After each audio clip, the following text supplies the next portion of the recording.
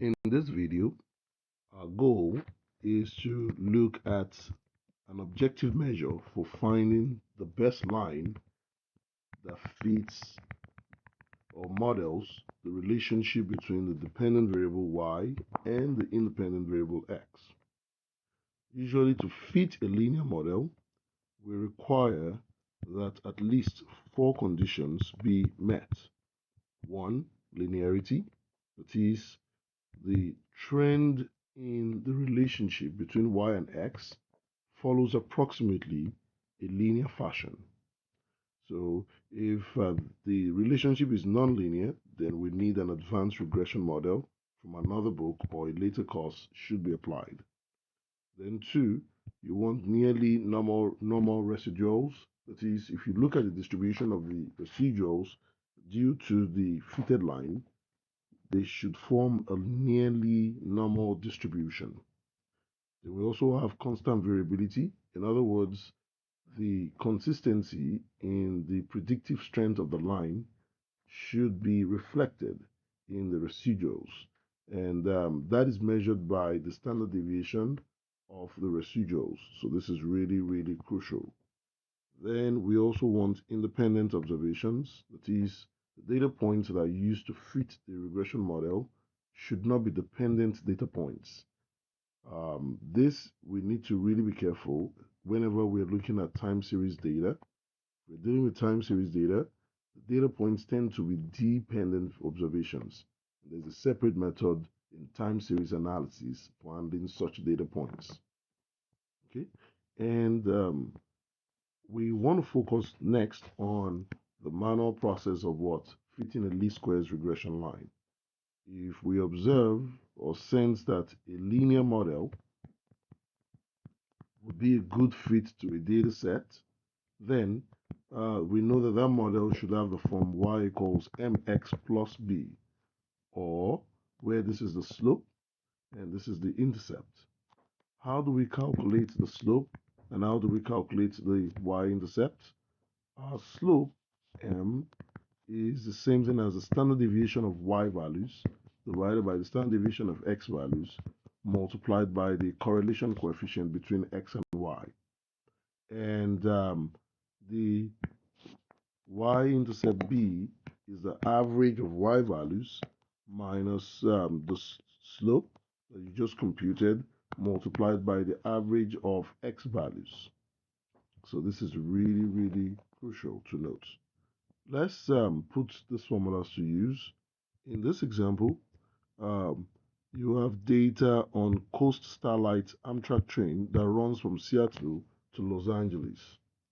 The mean travel time from one stop to the next on the Coast Starlight is 129 minutes with a standard deviation of 113 minutes. Take note that if you look at the scatter plot here, we're looking at travel time. This is our y variable. So in that context, the mean travel time is the mean of y values. So I can note that y bar is equal to uh, 129. That is the mean of y values, and the standard deviation of my y values is 113. You want to note that. And the next thing is that the mean distance traveled from one stop to the other is 108. So that is distance traveled, that is x. So mean of x is 108. And the standard deviation is 99 miles. So you have 99 over there. And the correlation between time and distance, r, is 0.636. So within these parameters, question A, we are to write the equation of the regression line predicting the travel time. Well, that would be using a linear model. Our goal is to fit a linear regression line of the form y at equals what? Mx plus b, where we need in particular the slope and the y-intercept. So first, let us find the slope using the formula we established earlier. The slope would be the correlation coefficient multiplied by the standard deviation of y values divided by the standard deviation of x values. We already have the values. Standard deviation of y values is 113, and standard deviation of x values is 99. Okay, and let's see even more. And what is the correlation coefficient R? R is 0.636. So that will give us approximately 0.72 72593939. I have many decimal places here because I am still going to use the value of the slope in order to find the intercept, and rounding off too early would increase our error. So I'm going to avoid doing that. Then for the intercept, that will be the average of y values, the average of y values written as y bar, minus the slope, which we just computed, and multiplied by the average of x values. So what is the average of y values first? That will be 129 minus the slope we just computed, 0.72593939, multiplied by the average of x values, which is 108 from what is given in the question. And the intercept turns out to be about 50.60. So we have everything we need to write the equation of the regression line. I need my slope and my intercept. Well, this means that the average of y values, the predicted y, right here, will be the slope. The slope rounded off is about what, 0.726. That is this guy. And times x. My x is distance traveled. And then plus what? B. My B is 50.60. So as it stands, I have the fitted line right there. So in particular, we're going to need this in later problems that we'll be solving. So please note it. Well, each of the values we just got, both the slope and the intercept, here are their respective values. How do we interpret them? This is what we do. We note that for the slope, for a unit increase, that is for every additional increase of 1 unit in x, and that means an increase in distance by 1 mile, since x is measured in miles, we estimate that travel time would what? We note that the slope is positive.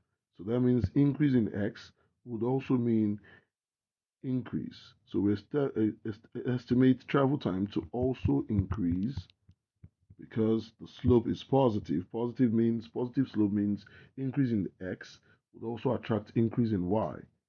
And so if x increases by 1 mile, we estimate that the travel time y will also increase by an additional amount of the slope, which is 0.726 minutes, since y is measured in minutes. Okay, and next, you have the intercept. For the intercept, it is the value of y, or the predicted y, when your x is equal to 0.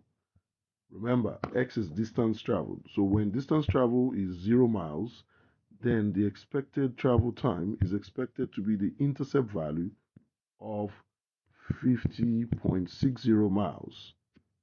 At this point, we ask a question. Does it make any sense that distance traveled will be 0? If the distance traveled is 0, then the train is not moving at all. Then we cannot even talk about the travel time, which means that when distance traveled equals 0, has no practical significance in the real world.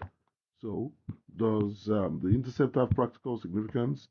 Since distance traveled cannot be 0, well, the answer here is no. Because as far as travel time is concerned, you have to have what? Some distance traveled. Okay, let's see another example.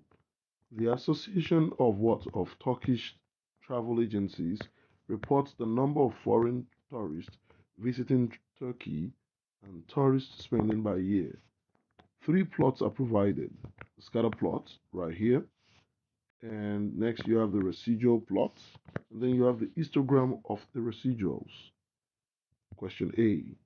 Describe the relationship between the number of tourists and spending. Well, you see, if you look at just the scatter plot, it almost looks like the points are tightly clustered around the line of best fit, or the regression line. So we might say that there is a positive linear association between the number of tourists and spending, and no particular extreme outliers are observed. Then what are the explanatory and the response variables? The response variable is simply your y variable, and your explanatory variable is your x variable, the number of tourists. And based on that, let us look at yet question C.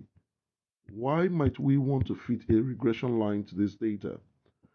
The reason why we might want to fit a regression line is that we would be able to get a prediction line that will help us to predict the value of y from the given value of x. And that regression line can be useful for planning and advanced what preparation.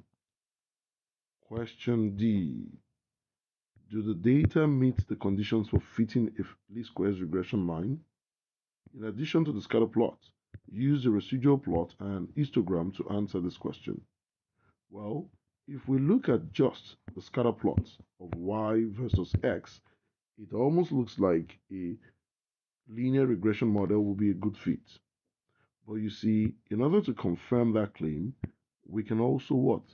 Draw the residual versus x variable. And what do we notice? I can almost see a trend here. Whenever we see a trend, that does not what? That does not support fitting a linear model. So our residual versus what? Our residual plot is telling us that even though we thought that fitting a linear model might be good using the scatter plot, that appears not to be so. And then remember, we talked about the distribution of the residuals being nearly normal. Well, this looks almost normal, but we can see some skewness somewhere around here. So fitting a linear regression line to this particular data set, according to the diagnostics, might not really be what? True. Might not be really fitting.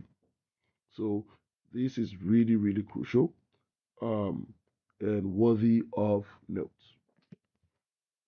So it is possible for a scatter plot and the residual plot to show divergences in how they feel about what? Fitting a linear regression model.